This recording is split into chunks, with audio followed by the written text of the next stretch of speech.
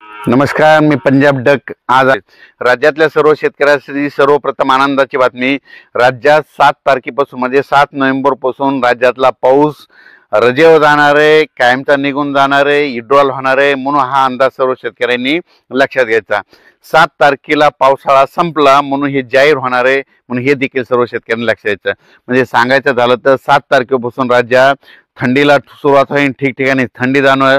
8 ला थंडी आणखीन वाढत जाणार आहे, 9 पासून आणखीन खूप वाढत जाणार आहे, 10-11 ला सगळ्या राज्यातले सर्वांना स्वेटर घालावं लागते अशी थंडी येणार आहे, म्हणून हा अंदाज लक्षात घ्यायचा। नोव्हेंबर दरम्यान राज्यामध्ये काही जिल्ह्यामध्ये तुरळक ठिकाणी विखुरलेल्या स्वरूपाचा भाग बदलत पाऊस पडणार आहे, सर्वदूर काही पडणार नाही, म्हणून हा अंदाज लक्षात घ्यायचा।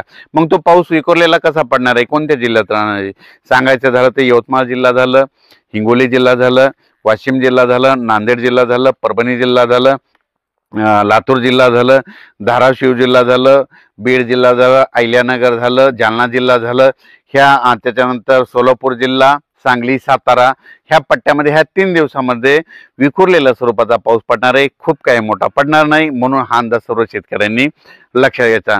मग राज्यामध्ये थंडी कशी सुरू होणार आहे तर सर्वप्रथम सांगू इच्छितो, राज्यात थंडी एकदम सगळीकडे येत नसते, पण कशी सुरुवात होते राज्यात आपल्या महाराष्ट्राकडे उत्तरेकडून थंडीला सुरुवात होते। म्हणून राज्यात नेमकी थंडी कशी होणार आहे, उत्तरेकडून म्हणजे सांगायचं झालं तर 5 तारखेला म्हणजे नंदुरबार जिल्हा झालं, नाशिक जिल्हा झालं, निफाड तालुका, त्याच्यानंतर धुळे जिल्हा झालं, जळगाव जिल्हा झालं, इकडं मलकापूर, नांदुरा, बुलढाणा घाटाच्या खाली, त्याच्यानंतर खामगावच्या त्याच्यानं पलीकडे अकोला, तेलारा, अचलपूर, दर्यापूर, मोर्शी, अमरावती, वर्धा, भंडारा, नागपूर ह्या पट्ट्यामध्ये 5 तारखेलाच राज्यामध्ये थंडी थोडी जाणवायला सुरुवात होईल आणि त्या दिवशी धुकं देखील येईल, धुळी देखील येईल, म्हणून हे लक्षात येतं।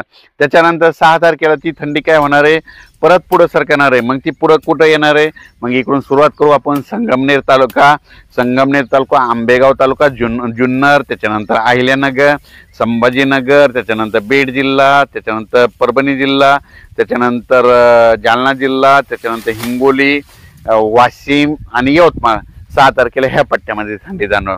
7 तारखेला ती थंडी आणखीन परत पुढे सरकणार, म्हणजे दक्षिणेकडे थंडी येणार। मग 7 तारखेला कुठे येणार आहे, मग 7 तारखेला पुणे जिल्हा, सातारा, सांगली, सोलापूर, कोल्हापूर, त्याच्यानंतर धाराशिव जिल्हा, सोलापूर जिल्हा, पंढरपूर तालुका, त्याच्यानंतर इकडे लातूर जिल्हा, बीड जिल्हा, परभणी, असं नांदेड, हिंगोली, यवतमाळ, असे धर्माबाद ह्या पट्ट्यामध्ये काय होईल 7 तारखेला।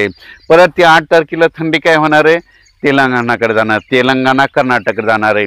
त्याच्यानंतर 9 तारखेला संपूर्ण तेलंगणातून आंध्र प्रदेश आणि कर्नाटक ह्या तिन्ही राज्यामध्ये तिकडे देखील थंडी होईल आणि 9 तारखेला बरेच म्हणजे जवळपास केरळपर्यंत ती थंडी जाणार आहे, म्हणून हा अंदाज लक्षात यायचा।